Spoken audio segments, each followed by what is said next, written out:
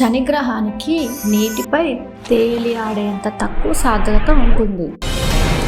శుక్రగ్రహంపై ఒక రోజు భూమిపై 1 సంవత్సరం కంటే ఎక్కువ. చంద్రుడిపై మీరు అడుగు పెట్టినప్పుడు మీ పాదముద్రలు 100 సంవత్సరాల పాటు ఉంటాయి.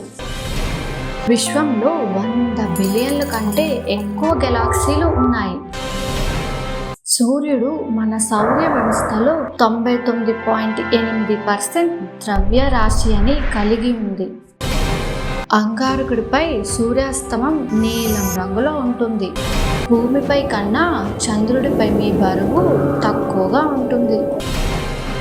అంతరిక్షంలో నిశ్శబ్దంగా ఉంటుంది, ఎందుకంటే ధ్వని ప్రయాణించడానికి మాధ్యమం లేదు.